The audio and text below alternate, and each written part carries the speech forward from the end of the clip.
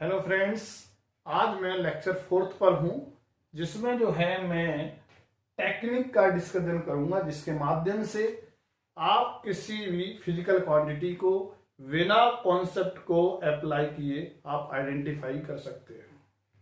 इसके पहले मैंने आपको वेक्टर को मैथमेटिकल फॉर्म में किस तरह लिखा जाए, ये लास्ट लेक्चर में मैंने आपको जो है ऑलरेडी समझा रखा है। तो इसमें आप देखते हैं कि न्यू फिजिकल क्वांटिटी का जो फॉर्मेशन फिजिक्स में दो फिजिकल क्वांटिटी के डिवीजन के थ्रू हो सकता है, और इसमें आपके माइंड में 4 केस आ सकते हैं। तो यदि इन सभी केसेस को यदि हम डिस्कस कर लें और उसके द्वारा जो रिजल्ट आए उस रिजल्ट को माइंड में रखें, तो उसके माध्यम से आप इमीडिएटली वेक्टर और स्केलर क्वांटिटी को आप आइडेंटिफाई कर सकते हैं। जैसे कि दोनों देखिए 4 केस क्या क्या बन सकते हैं कि आप देखिए दोनों क्वांटिटी या तो वेक्टर हो सकती है, या दोनों क्वांटिटी स्केलर, या ये वेक्टर ये स्केलर, या ये स्केलर ये वेक्टर।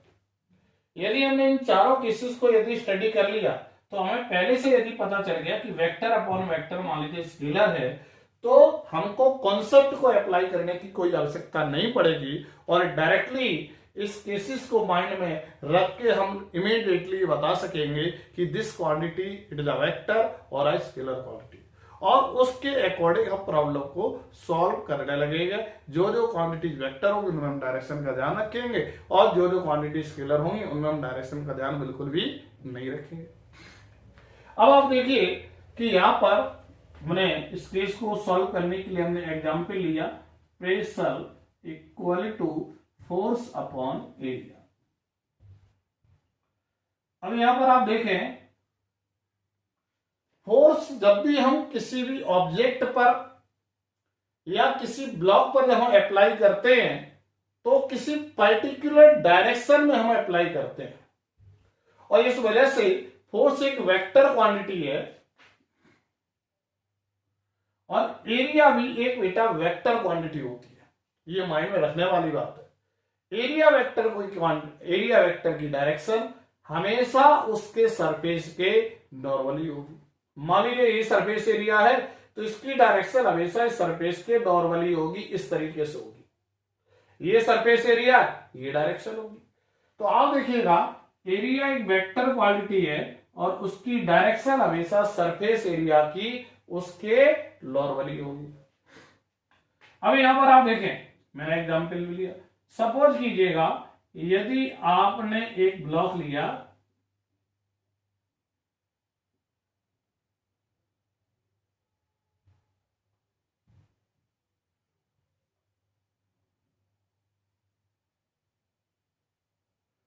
और इस ब्लॉक का side length suppose 2 unit, 4 unit and 6 unit, और आपने इस सरफेस एरिया पर आपने फोर्स सपोज 10 न्यूटन का अप्लाई किया। अब आप देखिए फोर्स वेक्टर क्वांटिटी से आपको मैथमेटिकल फॉर्म में लिखना पड़ेगा। तो क्या होगा वेक्टर है 10 मैग्नीट्यूड एक्स एक्सिस की तरफ है, वाई की तरफ 0, जेड की तरफ 0, ठीक, और इसकी डायरेक्शन किधर आ रही, पॉजिटिव एक्स एक्सिस आ रही है। इसलिए हम क्या लिखेंगे आई कैप, ऐसे जे कैप और ऐसे के। Finally you can write as a 10 i cap. अब because force apply surface area पे लग रहा है तो उसका करस्पॉन्डिंग एरिया जो होगा वो 6 4 जा 24, और उसकी जो डायरेक्शन होगी उसके नॉर्मली होगी। या तो आप इधर ले सकते हो, आप इधर ले सकते हो, 24।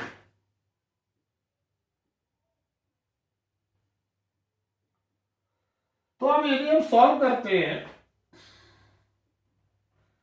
10 i cap upon 24 I cap, तो इसे सॉल्व करने से आता है 5/12। तो अब देखिए कि 5/12 जो सॉल्यूशन आ रहा है ये मैग्नीट्यूड को केवल रिप्रेजेंट कर रहा है, इसमें कोई डायरेक्शन का सिंबल नहीं,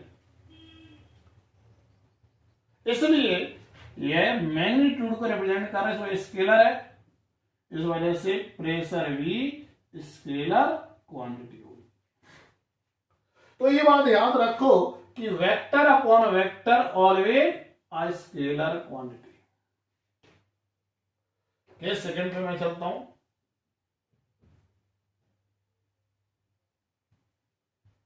यदि x के अलोंग स्केलर और y के अलोंग भी स्केलर क्वांटिटी है, तो z कौन सी क्वांटिटी होगी? तो यदि पहले से पता चल जाएगा तो उसे भी माइंड में रख के हम डायरेक्टली अप्लाई कर वेक्टर स्केलर को इमीडिएटली हम आइडेंटिफाई कर सकते हैं। तो ये आप नोट कर सकते हैं।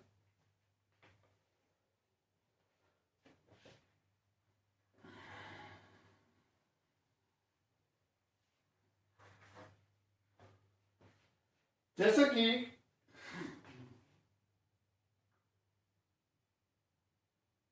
आप अपने घर पे थे और घर से आप जो है किसी शॉप पर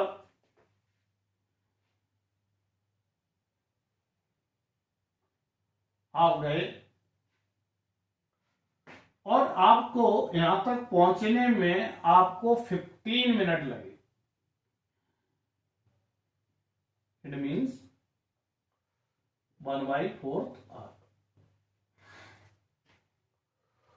और इस 1/4 आवर में या 15 मिनट में आपने ये डिस्प्लेसमेंट एक्वायर किया और ये डिस्टेंस एक्वायर किया।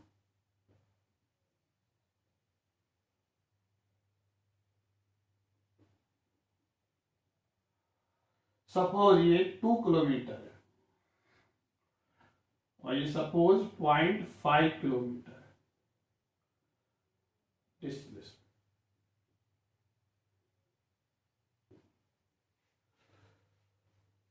तो आपसे कहा गया इस वाले कॉन्सेप्ट की स्पीड। तो जब आप इस पर मोशन करते हैं तो डिस्टेंस भी चेंज होती है, उसी के साथ साथ डिस्प्लेसमेंट वेक्टर भी चेंज होता है।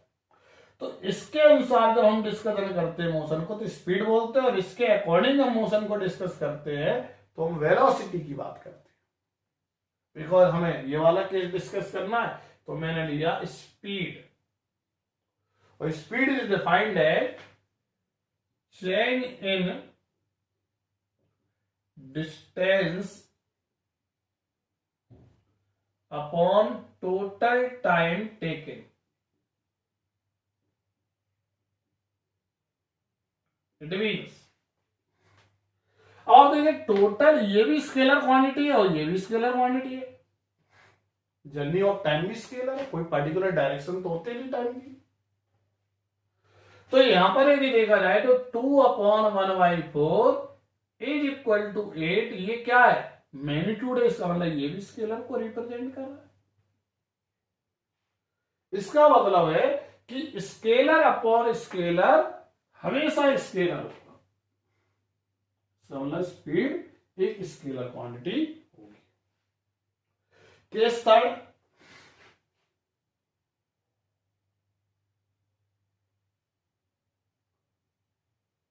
एक्स एक्सिस के along vector quantity, y x के अलोंग वेक्टर और वाई के अलोंग स्केलर, जेड कौन सी क्वांटिटी होगी? इसी में देखो हम यदि वेलोसिटी की बात करते हैं तो velocity is defined as change इन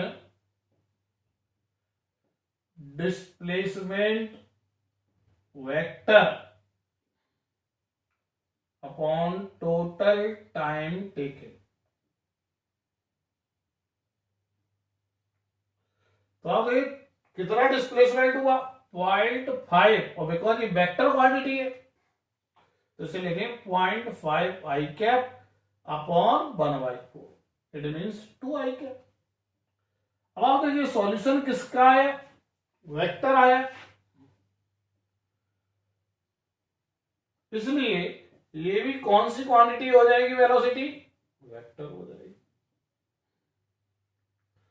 तो इस वजह से vector upon scalar always vector. Case fourth,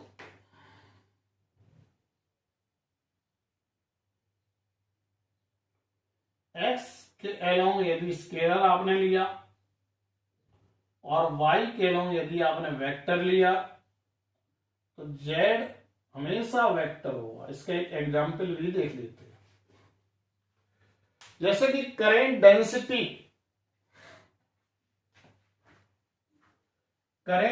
की यदि मैं बात करूं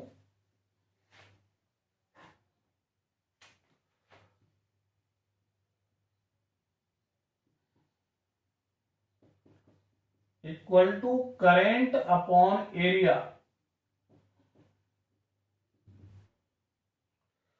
ये स्केलर और ये वेक्टर है, तो ये भी क्या हो जाएगी, वेक्टर, क्योंकि ये स्केलर ये वेक्टर, इसे वेक्टर हो जाएगा। तो इन केसेस को आप अपने माइंड में ध्यान रखिए कि वेक्टर अपॉन वेक्टर हमेशा स्केलर होगा, स्केलर अपॉन स्केलर स्केलर होगा, वेक्टर अपॉन स्केलर वेक्टर होगा, स्केलर अपॉन वेक्टर वेक्टर होगा। तो इन केसेस को, रिजल्ट को यदि आप ध्यान रखोगे तो इसको डायरेक्टली अप्लाई करके हम डायरेक्टली देख के ही आप पहचान जाएंगे कि कौन सी क्वांटिटी वेक्टर है और कौन सी क्वांटिटी स्केलर है। और हमने ये भी देखा कि इसमें आगे हमें और कुछ पढ़ने की आवश्यकता नहीं पड़ रही है। अगला देखते हैं कि न्यू फिजिकल क्वांटिटी,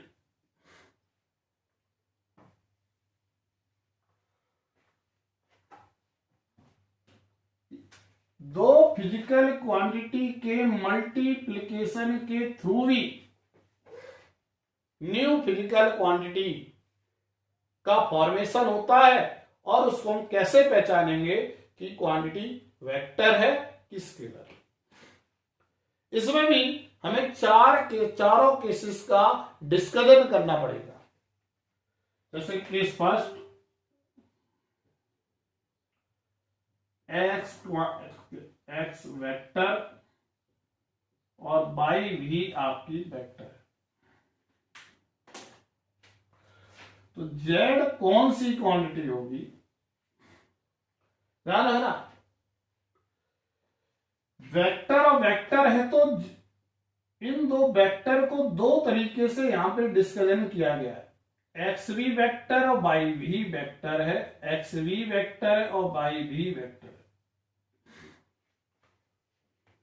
फिजिक्स में और मैथमेटिक्स में दो वेक्टर को दो तरीके से मल्टीप्लाई किया जा सकता है, ग्राफिकली भी और मैथमेटिकली भी। या तो दो वेक्टर के बीच में आप डॉट लगा सकते हैं या आप क्रॉस लगा सकते हैं। यदि आपने डॉट को प्रेजेंट किया है दो वेक्टर्स के बीच में, तो इसको सॉल्व करने से मैथमेटिकली आंसर स्केलर आता है। यदि क्रॉस लगाया तो इसे सॉल्व करने से आंसर वेक्टर आता है। इसलिए इस प्रोडक्ट को हम बेटा बोलते हैं स्केलर और डॉट प्रोडक्ट, और इस प्रोडक्ट को बेटा बोलते हैं वेक्टर और क्रॉस प्रोडक्ट। तो एक तो आपको ध्यान रखना पड़ेगा, जब दो वेक्टर के बीच में ये सिंबल लगा हुआ है तभी क्रॉस बोलेंगे। यदि दो वेक्टर के अलावा यदि कहीं प्रेजेंट है, दो स्केलर के बीच में या ये वेक्टर स्केलर के बीच में यदि प्रेजेंट है, तो इसे हम क्रॉस नहीं बोलेंगे, सिंपल इनटू बोलेंगे। दो वेक्टर के बीच में यदि ये सिंबल प्रेजेंट है तभी हम डॉट बोलेंगे, इसके अलावा यदि कहीं प्रेजेंट है तो ये हमेशा आपका डॉट नहीं बोला जाएगा, इनटू तब भी बोला जाएगा। तो हमेशा ध्यान रखो, यदि ये सिंबल दो वेक्टर के बीच में प्रेजेंट है तभी डॉट होगा, ये सिंबल दो वेक्टर के बीच में तभी क्रॉस होगा, अन्यथा इसे हम क्रॉस या डॉट ला के सिंपली इनटू कहेंगे यदि ये दो वेक्टर के अलावा यदि कहीं लगा हुआ है। लेकिन ये तो हमने बता दिया वेक्टर होगा, ये स्केलर होगा, ये क्रॉस लगाए तो वेक्टर क्वांटिटी आएगी आंसर में, यदि डॉट होगा तो स्केलर आएगी। लेकिन हम करेंगे कैसे? इसका मतलब ये हमें पढ़ने की आवश्यकता पड़ रही है, तो हमें ये पढ़ना पड़ेगा how to multiply two vectors, यानी कि we can discuss scalar product as well as of cross product. ये हमें जरूरत पड़ी, लेकिन हमने ये पहचान लिया कि दो वेक्टर को दो तरीके से मल्टीप्लाई कर सकते हैं, या तो डॉट या क्रॉस। क्रॉस के थ्रू करेंगे तो हमेशा आपका जो है स्केलर क्वांटिटी देगा, यदि क्रॉस के थ्रू करेंगे तो हमेशा आपका जो है वेक्टर क्वांटिटी देगा। केस सेकंड,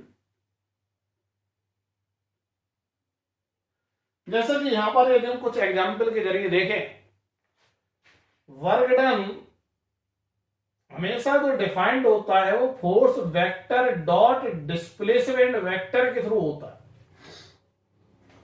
तो आप देखिए कभी डॉट लग रहा है दो वेक्टर के बीच में, इसका मतलब वर्क कौन सी क्वांटिटी हो गई? स्केलर। लेकिन इसका सॉल्यूशन हम तभी निकाल पाएंगे तो हम इसे सॉल्व करना सीखेंगे। स्केलर प्रोडक्ट कैसे किया जाता है ये हमें सीखना पड़ेगा। और इसी तरीके से टाउ इक्वल टू होता है r vector cross of f vector. तो यहां पर आप देखिए दो वेक्टर के बीच में क्रॉस के द्वारा ही डिफाइंड है, इसलिए कौन सी क्वांटिटी होगी? वेक्टर हो जाएगी।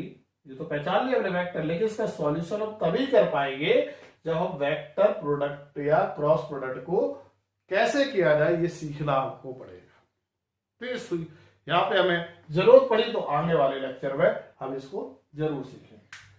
अगला केस सेकंड देखते हैं।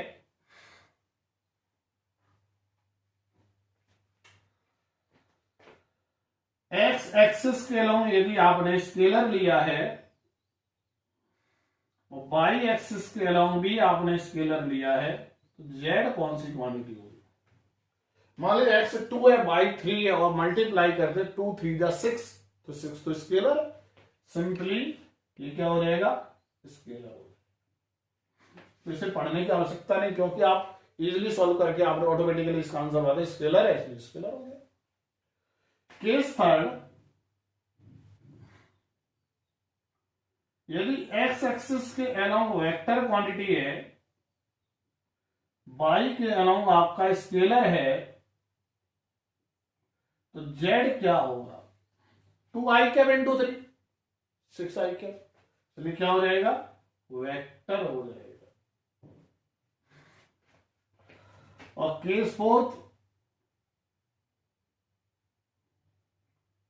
एक्स के अलोंग स्केलर, वाई के अलोंग वेक्टर, नेचुरली है ये भी आपका वेक्टर। कैसे? 2i cap into 3 6i cap, 3 into 2i cap, क्योंकि एक स्केलर एक वेक्टर है तो हमेशा इंटू ही लगेगा, तो 6i के वेक्टर आ रहा है वेक्टर। तो इन केसेस को आप माइंड में रखो। केवल हमें इस मल्टीप्लिकेशन ऑफ फिजिकल क्वांटिटी में हमें एक केस पढ़ने की जरूरत पड़ी, कैसे हम डॉट प्रोडक्ट करेंगे, कैसे हम वेक्टर प्रोडक्ट करेंगे। लेकिन हमें ये जरूर पता चला कि स्केलर इंटू स्केलर हमेशा स्केलर होगा, वेक्टर इंटू स्केलर वेक्टर होगा, स्केलर इंटू वेक्टर वेक्टर होगा, वेक्टर डॉट वेक्टर स्केलर होगा, जबकि वेक्टर क्रॉस वेक्टर हमेशा वेक्टर होगा। नोट कर लीजिए।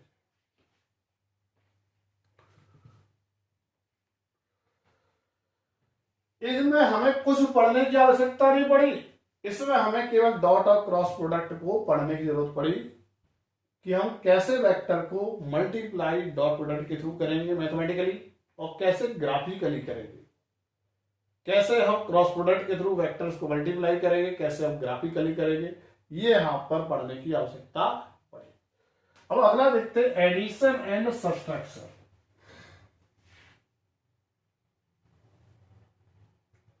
यहां पर z equal to x plus y and z equal to x minus Y.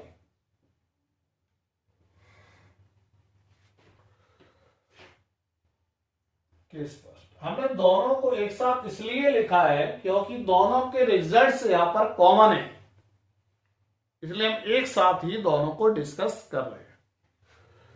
जैसे कि x वेक्टर क्वांटिटी है, y वेक्टर क्वांटिटी है, तो z क्या होगी? मान लीजिएगा x वेक्टर है, मान लीजिएगा 2i cap y equal to 3i cap. तो जरा आप जोड़ के देखिए, x vector plus y vector equal to 2i cap plus of 3i cap, it will be of 5i cap. It means ये कैसा हो जाएगा? वेक्टर हो जाएगा। यदि आप सब्ट्रैक्ट करके देखें,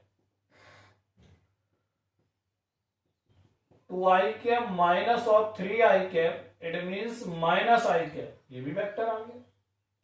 तो ये मैथमेटिकली तो सॉल्व कर लिया, क्योंकि वेक्टर का डिस्कशन हम ग्राफिकली भी करते हैं और मैथमेटिकली भी करते हैं। तो वेक्टर को ऐड करते हैं तो वेक्टर मिलता है, ये बात पर क्लियर है। लेकिन हम ग्राफिकली वेक्टर का मैथमेटिकली तो हमने सॉल्व कर लिया, ग्राफिकली वेक्टर को कैसे ऐड करेंगे ये यहां पर अब जानने की जरूरत है। तो हमको यहां पर क्या पढ़ने की जरूरत पड़ गई? Graphical addition oblique subtraction of vectors, हमें यहां पढ़ने की जरूरत है। तो ये आप नोट कर सकते हैं।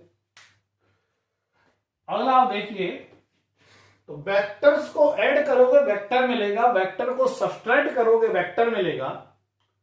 लेकिन ग्राफिकली वेक्टर्स को कैसे ऐड किया जा सकता है, कैसे सब्ट्रैक्ट किया जाता है, ये यहां पर हमें पढ़ने की आवश्यकता है। नेक्स्ट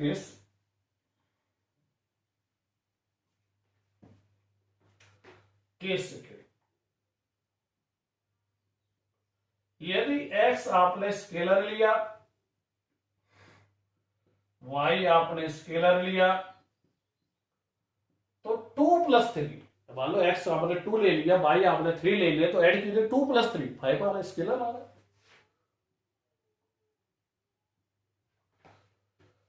लेकिन यदि आप देखो केस थर्ड के अकॉर्डिंग, x के अलोंग वेक्टर, y के अलोंग स्केलर, z क्या होगा जरा देखते हैं। x के अलोंग स्केलर, y के अलोंग वेक्टर, z क्या होगा? मान लीजिए x vector equal to 2i cap और y इक्वल टू 3, तो 2i cap plus 3 equal to क्या होगा? z वाली। अब देखिए, यदि ये वेक्टर है तो इसे वेक्टर, क्योंकि हमने आपको इक्वल वेक्टर्स में एक कंडीशन आपको समझाई थी कि यदि राइट साइड यदि वेक्टर है तो लेफ्ट साइड भी वेक्टर होना चाहिए। तो यहां पे आप देखिए, ये वेक्टर और ये स्केलर है, तो ये मैथमेटिकली पॉसिबल नहीं है, क्योंकि इसमें इक्वालिटी होल्ड नहीं कर पाएगी। तो ये क्या है? अनडिफाइंड, यानी कि वेक्टर और स्केलर को हम ना तो जोड़ सकते हैं और ना ही हम सब्ट्रैक्ट कर सकते हैं। ये बात आपको ध्यान रखनी पड़ेगी। तो आप कभी भी फिजिक्स में वेक्टर और स्केलर को ना तो आप ऐड करेंगे और ना ही सब्ट्रैक्ट करेंगे, ऐसा मैथमेटिकली पॉसिबल नहीं हो सकता है। तो इसके जरिए हमने देखा कि वेक्टर अपॉन वेक्टर, ये वाला केस कौन सा था? डिवीजन वाला था। Vector upon vector scalar, scalar upon scalar scalar, vector upon scalar vector, scalar upon vector vector, and vector dot vector scalar, vector cross vector vector. लेकिन ये इसका सॉल्यूशन कैसे निकलेगा, इसके लिए हमें स्केलर और डॉट प्रोडक्ट पढ़ने की जरूरत पड़ी, वेक्टर और क्रॉस प्रोडक्ट पढ़ने की जरूरत पड़ी। इसलिए अगले लेक्चर में हमको ये इसकी स्टडी करनी पड़ेगी। Scalar plus scalar into scalar, scalar vector into scalar, vector scalar into vector vector. लेकिन वेक्टर को ऐड करेंगे या सब्ट्रैक्ट करेंगे वेक्टर मिलेगा, लेकिन हमें ग्राफिकल एडिशन और सब्ट्रैक्शन ऑफ वेक्टर्स हमें पढ़ने की आवश्यकता पड़ेगी। स्केलर को ऐड या सब्ट्रैक्ट करेंगे स्केलर मिलेगा, लेकिन ये ध्यान रखना वेक्टर और स्केलर को ना तो हम ऐड कर सकते हैं और ना ही हम सब्ट्रैक्ट कर सकते हैं। ठीक है, तो आज के लेक्चर में मैंने आपको ये केसेस बताए, आप इन केसेस को माइंड में रखें और इसके जरिए आप पूरी फिजिक्स के वेक्टर और स्केलर को इमीडिएटली आइडेंटिफाई कर सके। आप जरा नोट कर लीजिए।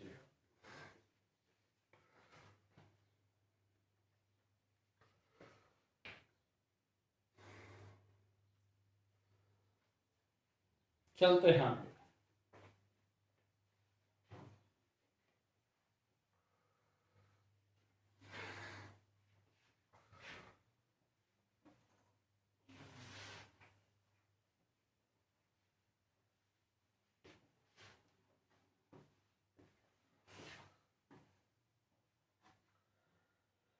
शुरुआत से लेते हैं। डिस्टेंस स्केलर क्वांटिटी है, डिस्प्लेसमेंट वेक्टर है, टाइम स्केलर है, जैसे कि आप फंडामेंटल क्वांटिटी के विषय में जानते हैं। Temperature scalar. तो जैसे कि हम देखते हैं speed equal to change in distance upon total time taken. Velocity equal to change in displacement upon total time taken. Acceleration equal to change in velocity upon total time taken। पहले इनको हम देखते हैं। ये कौन सी क्वांटिटी है? Scalar. ये भी scalar, scalar upon scalar scalar होता है, इसलिए कौन सी क्वांटिटी हो जाएगी? स्केलर हो जाएगी। और देखिए ये वेक्टर है और ये स्केलर है, तो वेक्टर अपॉन स्केलर क्या निकला था? वेक्टर। इसलिए कौन सी क्वांटिटी हो जाएगी? वेक्टर हो जाएगी। ये देखिए ये वेक्टर है और ये स्केलर है। अभी हमने निकाला वेलोसिटी वेक्टर है, तो वेक्टर अपॉन स्केलर वेक्टर, तो ये भी कौन सी क्वांटिटी हो जाएगी? Vector quantity. आगे देखते हैं। Force equal to mass into acceleration, momentum, mass into velocity। अब इस पे जरा देखते हैं। क्लियर है? Momentum force equal to momentum upon time भी लिख सकते हैं। अब इसके जरिए हम पहले इन क्वांटिटी को देखते हैं कि कौन सी क्वांटिटी वेक्टर है, कौन सी क्वांटिटी स्केलर है। अभी देखिए ये स्केलर है तो ये इनटू बना और ये वेक्टर, तो स्केलर और वेक्टर के बीच में इस सिंबल को हमेशा इनटू बोलेंगे, तो स्केलर इनटू वेक्टर वेक्टर, इसलिए कौन सी क्वांटिटी हुई है? Vector quantity. ये स्केलर है और ये वेक्टर है, फिर कौन सी क्वांटिटी हुई? वेक्टर। ये वेक्टर है और ये स्केलर है, इसलिए कौन सी क्वांटिटी हुई? वेक्टर हुई। आप देख रहे हैं इमीडिएटली आप आइडेंटिफाई करने के लिए कैपेबल हो गए। आगे देखते हैं work. Force vector dot displacement vector, ये हम सीधा ऐसे लिखते हैं F vector dot of D R vector. अब देखिए डॉट लगा है दो वेक्टर के बीच में, इसलिए क्या है? स्केलर है। पावर इक्वल टू होता है वर्क अपॉन या total change in work done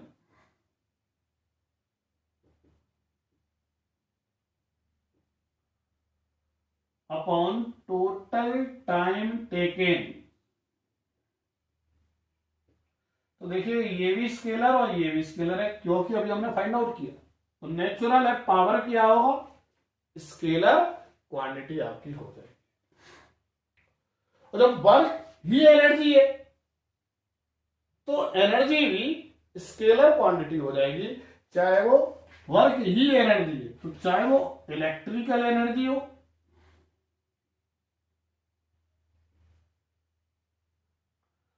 चाहे वो हीट एनर्जी हो, चाहे आप काइनेटिक एनर्जी हो, चाहे पोटेंशियल एनर्जी हो,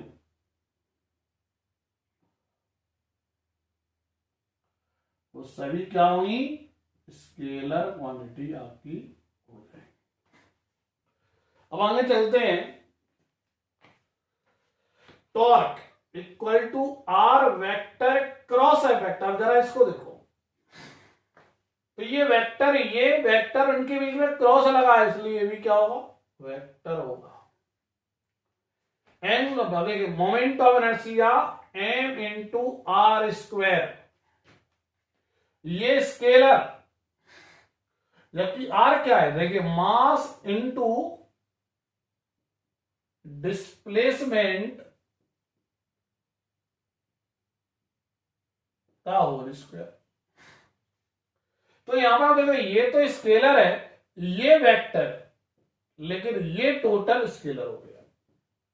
याद रखने वाली बात है कि वेक्टर का होल स्क्वायर हमेशा स्केलर होता है, क्योंकि वेक्टर डॉट वेक्टर बेटा वी स्क्वायर हो जाएगा, और जबकि वेक्टर क्रॉस वेक्टर भी 0 हो जाएगा। तो ये बी स्क्वायर आ कहां से रहा, स्केलर प्रोडक्ट से आ जाएगी। तो हमेशा ध्यान रखो, किसी वेक्टर का होल स्क्वायर वो स्केलर होगा, वेक्टर का होल स्क्वायर स्केलर होगा, क्योंकि इंडिविजुअली तो वेक्टर है, लेकिन उसका वो होल स्क्वायर कर दे तो इट बिकम्स स्केलर। तो जैसे क्योंकि वो होल, जैसे v vector square equal to केवल वी स्क्वायर लिख दिया, इट आया किससे, स्केलर प्रोडक्ट से आया, इसलिए वो आंसर जो आपका स्केलर हुआ है। यदि आप क्रॉस प्रोडक्ट कर देंगे तो आंसर 0 हो जाएगा। तो इसलिए स्केलर इंटू स्केलर, तो ये भी क्या हो जाएगा, moment of inertia scalar quantity. Angular momentum देखिए m r vector cross b vector, तो ये आपका वेक्टर है और ये आपका स्केलर है, इसलिए ये भी क्या हो जाएगा, वेक्टर हो जाएगा। तो इस तरीके से हम इमीडिएटली आइडेंटिफाई कर सकते हैं कि कौन सी क्वांटिटी आपकी वेक्टर है, कौन सी क्वांटिटी आपकी स्केलर है। इसमें कोई भी कॉन्सेप्ट आपको लगाने की आवश्यकता नहीं है। इसमें सबसे बड़ा फैक्टर है कि आपकी टाइम की सेविंग है और कोई भी आपको कंफ्यूजन नहीं है। तो नोट कर लीजिएगा।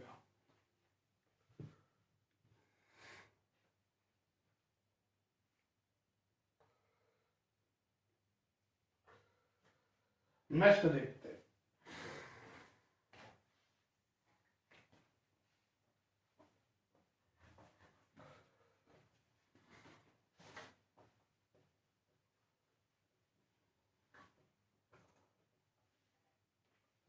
देखते हैं जैसे कि charge equal to current into time.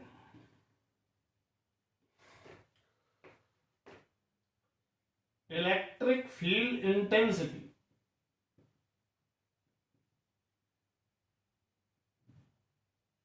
Equal to electric force upon charge. Electric potential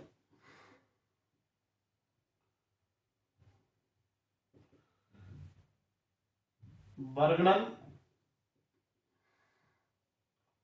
upon charge. Electric dipole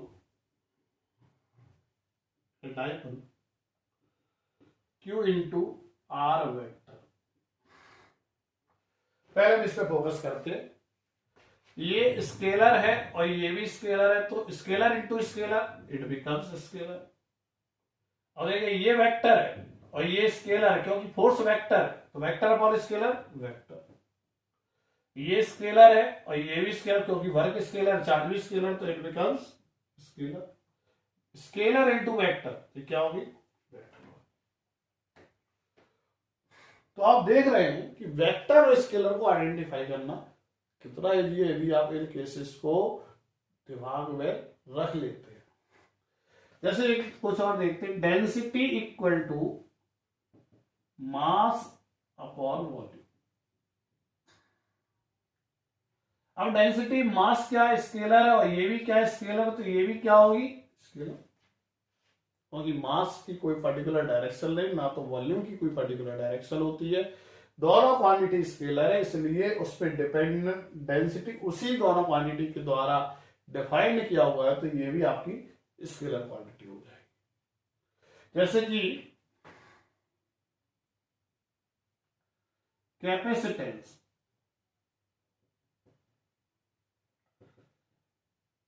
charge upon potential. अभी आपने देखा चार्ज स्केलर क्वांटिटी है और पोटेंशियल भी स्केलर है, तो मतलब ये भी कौन सी क्वांटिटी हो जाएगी, स्केलर क्वांटिटी हो जाएगी। इलेक्ट्रिक रेजिस्टेंस,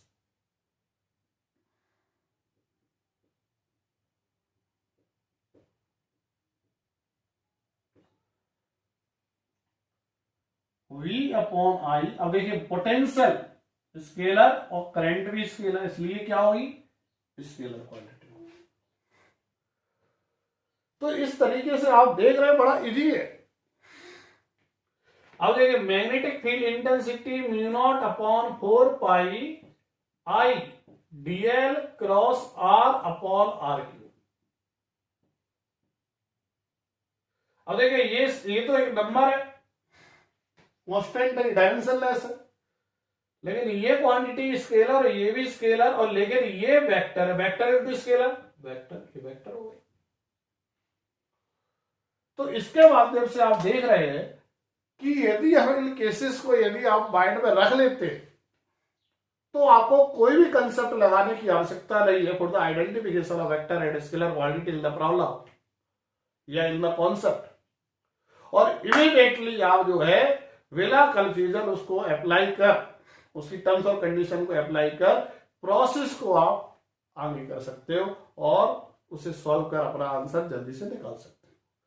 तो अब हमने वेक्टर और स्केलर क्वांटिटी को आइडेंटिफाई करना सीख लिया, जिसमें हमको बिल्कुल भी समय नहीं लगा है, लेकिन इन केसेस को डिस्कस करने के बाद हमको पता चला कि वेक्टर का डॉट प्रोडक्ट कैसे करेंगे, स्केलर प्रोडक्ट कैसे करेंगे, ये हमें मैथमेटिकली सीखना पड़ेगा।